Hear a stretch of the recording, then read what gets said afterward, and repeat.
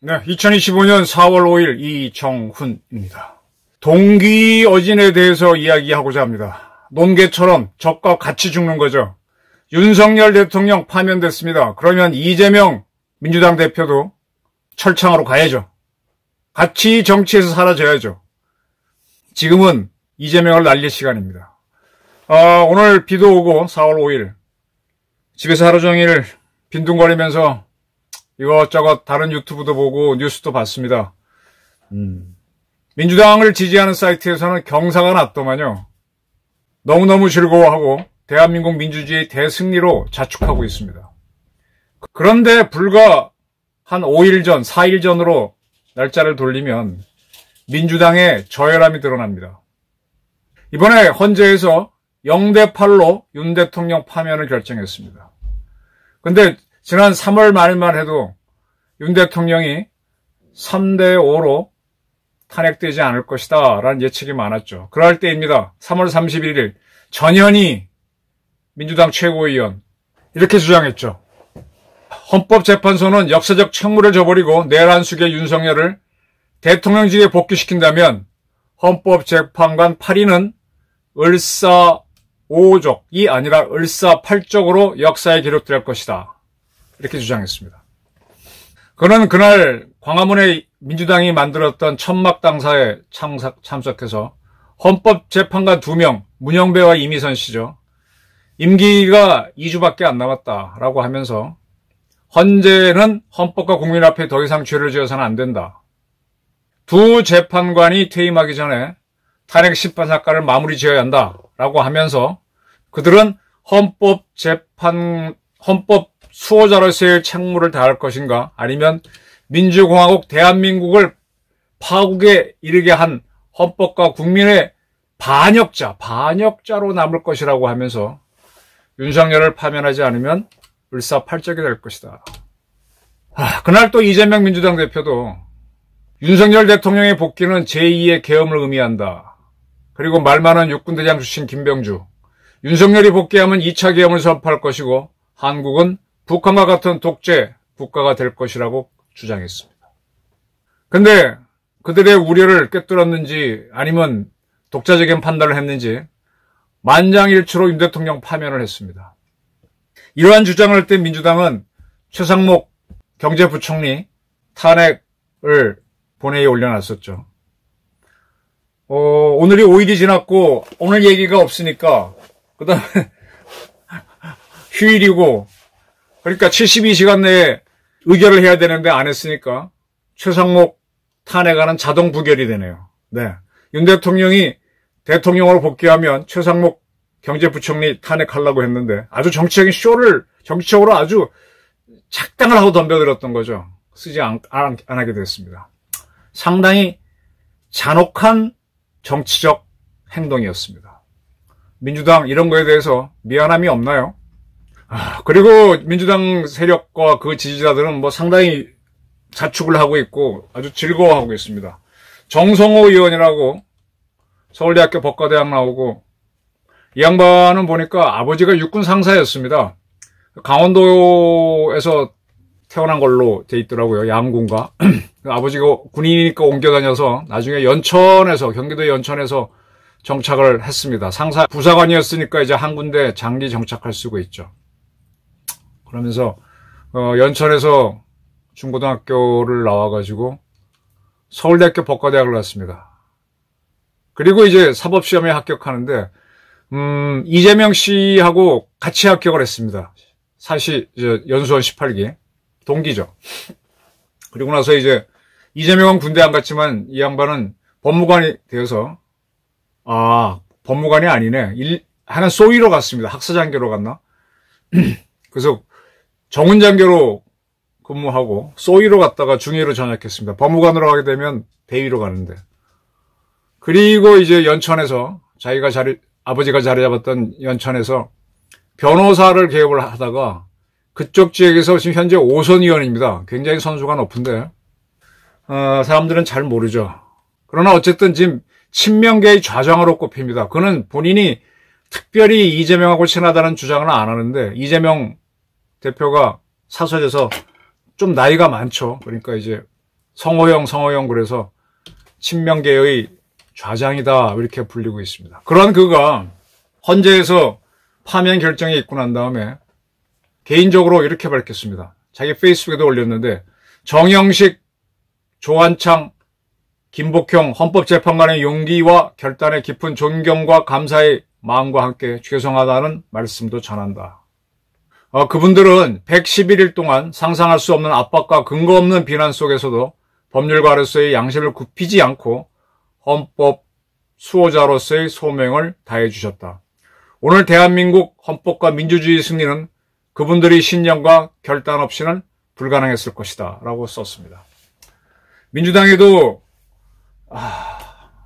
뭐 정치적 선택은 달라도 정상적인 판단을 할 수 있는 사람은 있네요.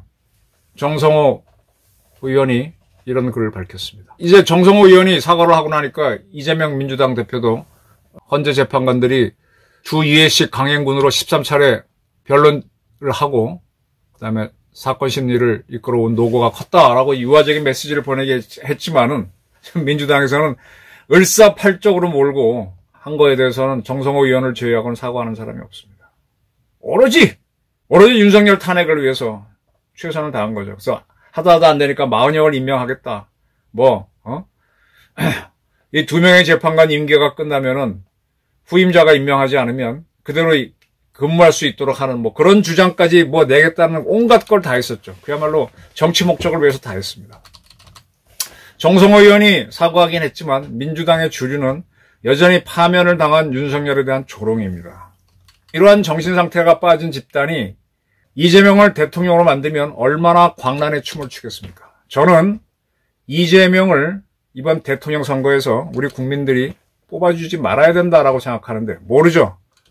이제 윤석열을 날렸고 윤석열을 계속 조롱으로 삼을 겁니다. 그러면서 이재명 대통령을 만들기 위해서 이제 새로운 프레임을 만들 겁니다. 12.3 계엄을 내란이라고 몰아붙였고 한때는 헌법재판관을 을사팔적 프레임 씌웠다가 이기니까 싹 없애고 항상 감탄 kontrol을 합니다. 저는 이러한 세력들하고는 같이 갈 수가 없다. 윤석열이 정치적으로 이제 사망한 이상 최소한 같이 죽는 논계 전술, 동기어진을 해야 된다. 저는 이게 옳다고 봅니다. 그리고 윤 대통령이 계엄을 하고 했을 때 참 안타까워했었죠. 이런 계엄을 왜 했지?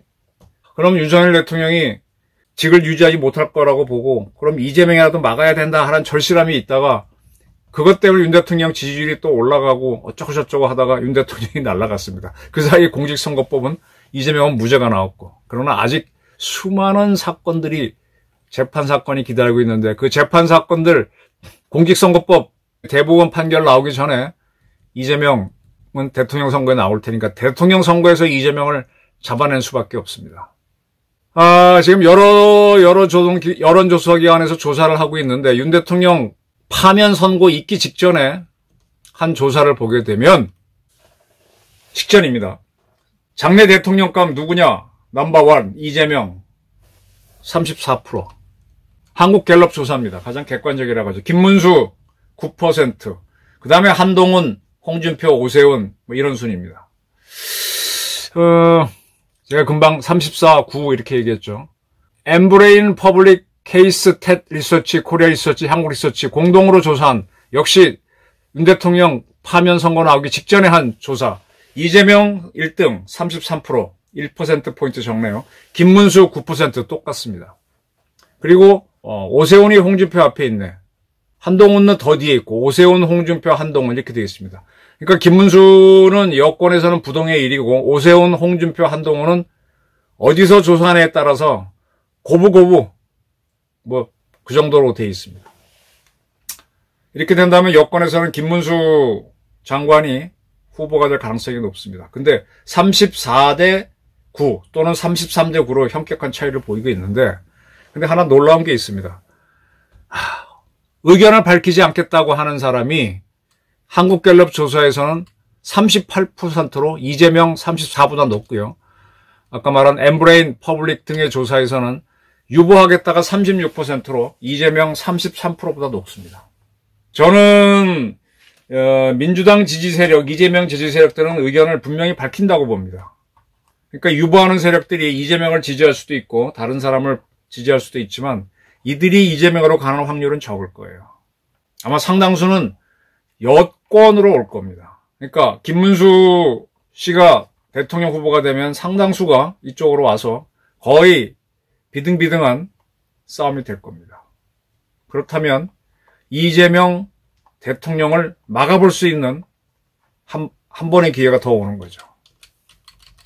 지금 이재명 씨는 너무 많은 리스크를 안고 있죠.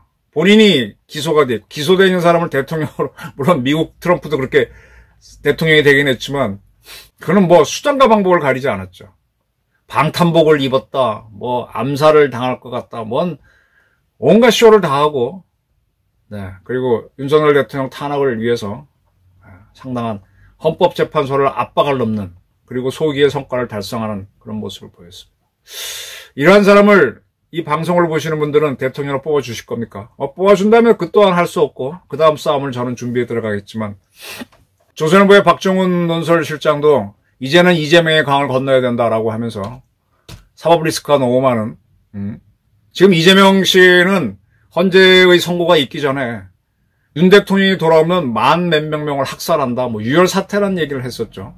그리고 민중혁명이 일어날 것이다, 4.3, 5.18 같은 게 일어난다, 그런 얘기도 했었고. 그리고 끝까지 민주당은, 국힘당에서는 헌재 결정을 승복하겠다는데 안 했었습니다.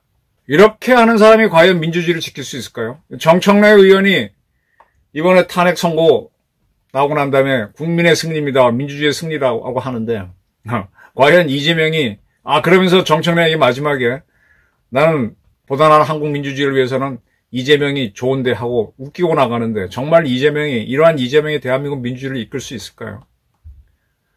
친북 행동으로 가지 않을까요? 정청래는 이미 자기의 유튜브에서 그걸 적나라하게 드러내고 있습니다. 이재명을 강을 건너야 됩니다. 부동층으로 있고 의사를 밝히지 않는 38%의 국민들이 이제 결단을 해줘야죠. 그분들은 제가 보기에는 윤 대통령이 계엄을 한 거는 민주주의에 대한 도전이라고 봤기 때문에, 그래서 거의 5대3의 비율로 윤 대통령은 탄핵해야 된다, 그런 의견을 내비쳤던 이들로 보입니다. 근데 그 문제가 해결됐으니 이제는 이재명 리스크 제거에 동참해 주시면 합니다. 윤석열이 갔으니 이재명도 보내야 된다. 동기어진. 기억해 주시기 바랍니다. 감사합니다.